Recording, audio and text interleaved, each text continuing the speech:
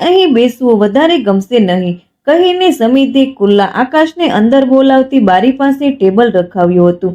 ટેબલની ઉપર ગોઠવાઈ ગયું હતું સરસ મજાનું નાનકડું લેટેસ્ટ લેપટોપ. ટેબલના ડ્રોઅરમાં 2 રજિસ્ટર, 4 પેન, લાલ લીલી જેલ પેન અને એક ફૂટપટ્ટી પણ મુકાઈ ગયા હતા. રિવોલ્વિંગ ચેરનો કલર વેદીને ગમતો આકાશી બ્લુ શોધવામાં તો સમિતે આખો દિવસ કાઢ્યો હતો અને ખૂણામાં સરસ મજાનું ફ્લાવર વાઝ, સામેની દિવાલ સરસા પુસ્તકોના 2 મોટા કબાટો મુકાઈ ગયા હતા. આ રૂમના રિનોવેશન માટે સમિતને સારો એવો ખર્ચ થયો હતો, પણ છેલ્લા 2 વર્ષથી એણે જે ગુમાવ્યું હતું અને વેદીએ જે સહન કર્યું હતું એની સરખામણીમાં આ ખર્ચ કંઈ જ ન હતો. એની આંખમાં 2 બૂંદ ચમકી અદૃશ્ય થઈ ગયા. પપ્પા, જાસૂદના 2 ફૂલ આ વાઝમાં ગોઠવી દઉં છું. શ્લોકે પપ્પા સામે જોયા વગર જ કહ્યું. એને ખબર હતી કે મમ્મીને જાસૂદ અને પારિજાત અત્યંત પસંદ છે.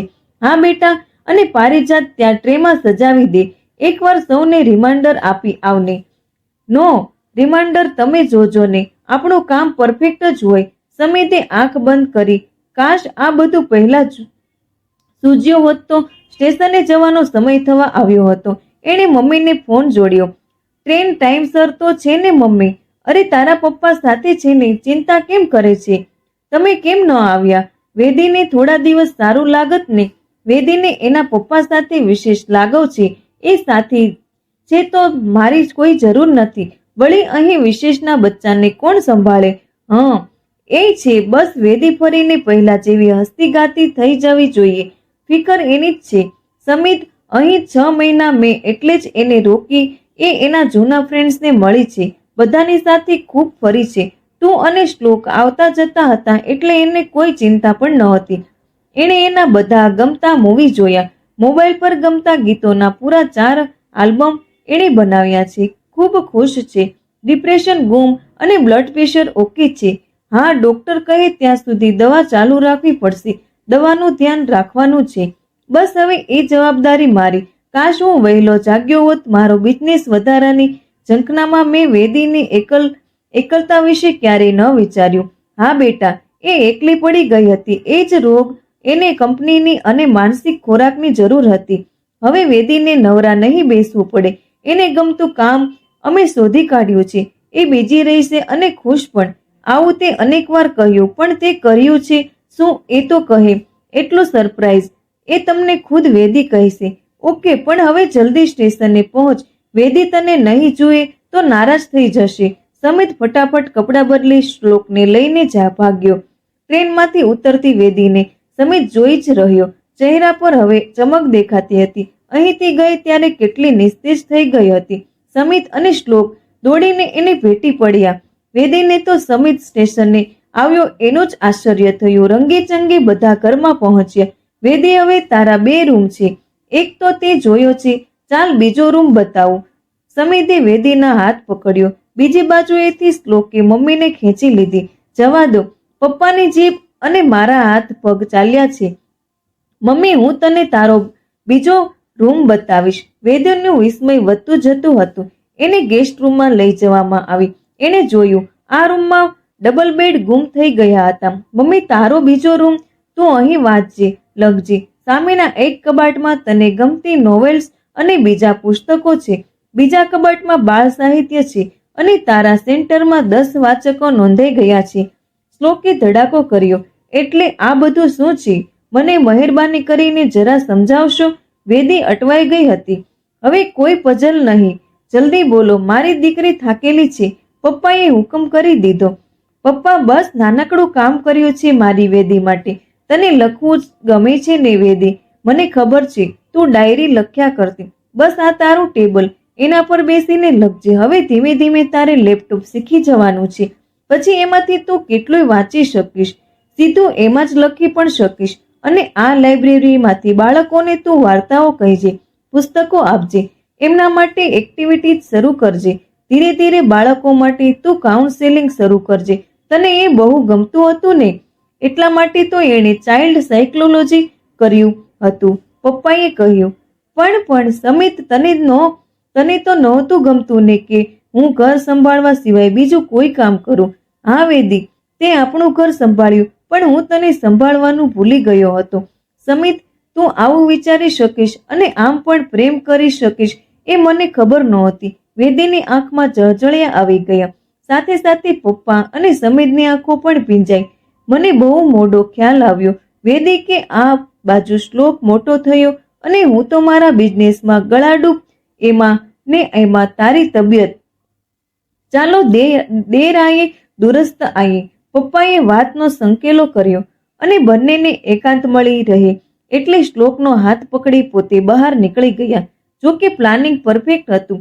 2 મિનિટમાં તો બેલ વાગી. શ્લોકે બારણું ખોલ્યું અને એકી સાથે 10-12 બાળકો હાથમાં ફૂલો સાથે વેલકમ આંટી કહેતા દાખલ થયા. ફીસના સમયે સરકારી સફેદ ગાડી ઘરે લેવા આવી અને મમ્મીએ જગાડી દીધો ત્યારે સાગરની ચા પણ ઠંડી થઈ ગઈ હતી. સાગર બેટા, આ નોકરી મળશે જ એની ખાતરી કઈ ખરી? મમ્મી તેને ઘણીવાર કહેતા હતા. મમ્મી, આપણી તૈયારી હોય એટલે મળી પણ જાય. સાગર જાણે પોતાની જાતને સમજાવતો હતો. જ્યારે મમ્મીને દીકરાની ખૂબ ચિંતા થતી હતી ત્યારે પપ્પા તો સવારે કામે જાય એટલે સાંજે જ પાછા ફરે. ફેક્ટરીમાં સાથે ટિફિન લઈને જ જાય. સમય પણ પૂરઝડપે દોડી રહ્યો હતો. જાહેર પરીક્ષાનું પરિણામ આવે ને પાછી ઘરમાં નિરાશા ફરી વળે. ધીમે ધીમે 1 વર્ષનો સમયગાળો વીતી ગયો એટલે જાણે સાગર પણ શાંત થયો. હવે તે પણ પપ્પા સાથે ફેક્ટરીમાં કામે જવા લાગ્યો.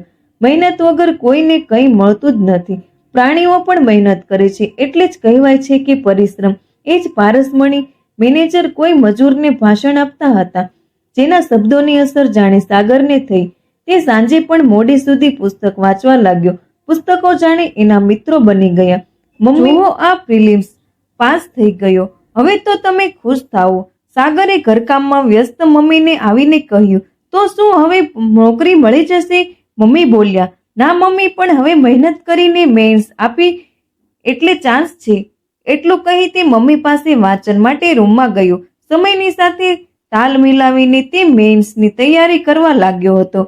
ફેક્ટરીમાં તેણે હમણાં રજાઓ મૂકી હતી. જોત જોતામાં તે મેન્સમાં સફળ થયો અને ઇન્ટરવ્યુ ગોઠવાયા. તેમાં થયેલા અન્યાય સામે ઉમેદવારોએ કોર્ટમાં કેસ કર્યો. તેમાં સાગર પણ એક હતો. તેમને હજુ આશા દેખાઈ રહી હતી. પૈસાની તંગીમાં પણ તે કેસ લડી રહ્યા હતા. 6 મહિના બાદ કોર્ટનો ચુકાદો આવ્યો અને સાગરના ઘરે નોકરીનો ઓર્ડર આવ્યો.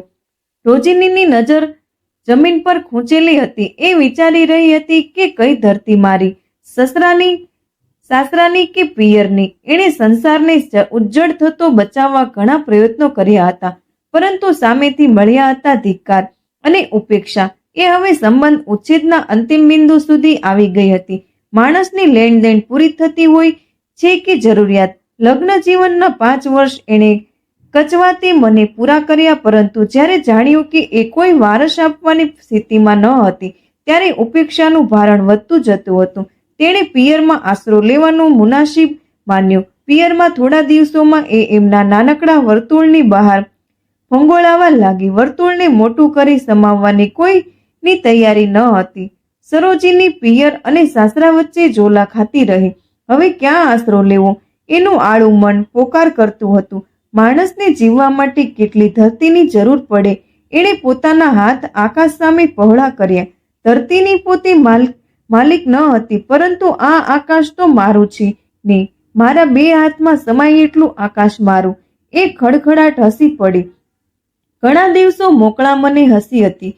એનું વેદના ભર્યું ઘેઘરું હાસ્ય સામેની દિવાલે પડઘાઈને ખુલ્લા આકાશમાં વિખરાઈ રહ્યું હતું. આકાશ સામે હાથ લંબાવતી સરોજિનીને એક અજાણ્યો આત્મવિશ્વાસ મળ્યો. તે સમજવા લાગી કે તે પોતાની સાથે છે અને તેને પોતાનો માર્ગ ખુદ શોધવો પડશે. પિયરમાં પણ તેની અવગણના થતી હોવાથી તે એથી વધુ લાંબા સમય સુધી ત્યાં રહેવાનું ઠરાવતી નથી. એણે પોતાની ક્ષમતા તપાસવા માટે નોકરી શોધવા શરૂ કરી. એક સામાજિક સંગઠન જે મહિલાઓના અધિકારો માટે કામ કરતું હતું ત્યાંની નોકરી માટે અરજી કરી. આ સંગઠન સાથે જોડાવાથી સરોજનીને ઘણી નવી દિશાઓ મળી. તે પોતાના જેવી મુશ્કેલીમાં રહેલી અનેક મહિલાઓને મદદ કરવા લાગી. તે મહિલાઓ માટે સમૂહ કાર્યશાળાઓ આયોજન કરવા લાગી. મહિલાઓને સ્વરોજગાર માટે પ્રોત્સાહિત કરતી. સરોજિની માટે આ એક નવો જ અર્થપૂર્ણ જીવનનો આરંભ હતો. કેટલાક મહિનાઓ પછી સરોજિનીનું પહેલું પગલું સફળ થયું. એ હવે વ્યક્તિગત આર્થિક રીતે સશક્ત થઈ હતી. આ દરમિયાન સસરાના લોકો તેના શખ્સિયત અને લોહ ચાહનારને જાણીને ફરીથી તેને પરત લાવવા આવ્યા. સરોજિનીએ સમજાવ્યું કે તેના આત્મસન્માનથી ઉપર કોઈ સંબંધ નથી. તે સમજાવતી કે જો વારસ ન આપી શકવાને કારણે જ સ્ત્રીના જીવનનું મૂલ્ય નક્કી થાય છે તો તે સંસાર તેને માટે યોગ્ય ન હતો. આ દરમિયાન પિયરમાં તેની માતા અને ભાઈ પણ તેની જિંદગીમાં તેના બદલાવને ઓળખતા થયા. તેઓ સમજવા લાગ્યા કે સરોજિની માત્ર સહાનુભૂતિ નહીં પરંતુ સન્માનની હકદાર છે. પિયરે હવે તેની સાથે સંપૂર્ણ સહકાર આપવાનું નક્કી કર્યું. જેમ જેમ સમય પસાર થતો ગયો, સરોજિની પોતાનો નવો પરિવાર બનાવી રહી હતી. એક સંબંધોને ન ગાંઠે એવી સ્ત્રીઓનું સમાજ. તે હવે એક મજબૂત મહિલા બની હતી જેને પોતાની પરિભાષા પર જીવવાનું આવડી ગયું હતું. સંસ્થાના કામ દ્વારા અનેક મહિલાઓને પછાત સ્થિતિમાંથી આગળ લાવી પોતાના માટે એક એવું જીવન બનાવ્યું જ્યાં તે પોતાની જાતને પ્રથમ સ્થાન આપતી હતી. સરોજિની હવે પુરાતન સંબંધોની ભૂતકાળમાં કેદ ન હતી. તે ખડખડાટ હસતી હતી કારણ કે તે જાણતી હતી કે આકાશનું મિત્ર છે, અજમાયશનો, સંઘર્ષનો અને અંતે મળેલા મુક્તિના. જેમ તે ખુલ્લા આકાશની શરણમાં હતી તેમ તે આજે પોતાની એક નાનકડી દુનિયામાં આનંદથી જીવતી હતી જ્યાં તે પોતે પોતાની માલિક હતી. માનવ જીવનમાં ધરતી પ્રતીક છે માનસિક સુરક્ષા અને જીવન મૂલ્યની. જ્યારે આ ખૂટી પડે ત્યારે પોતાની અંદરનો આકાશ શોધવું જ સાચો માર્ગ છે. આ એટલું વિશાળ છે કે તે દરેકને સ્વીકારી શકે છે. તો મિત્રો, વિડીયોને અંત સુધી સાંભળવા બદલ તમારો ખૂબ ખૂબ આભાર. મળીએ આવા જ એક નવા વિડીયોમાં. ત્યાં સુધી ચેનલને લાઇક, શેર અને સબસ્ક્રાઇબ કરવાનું ભૂલતા નહીં.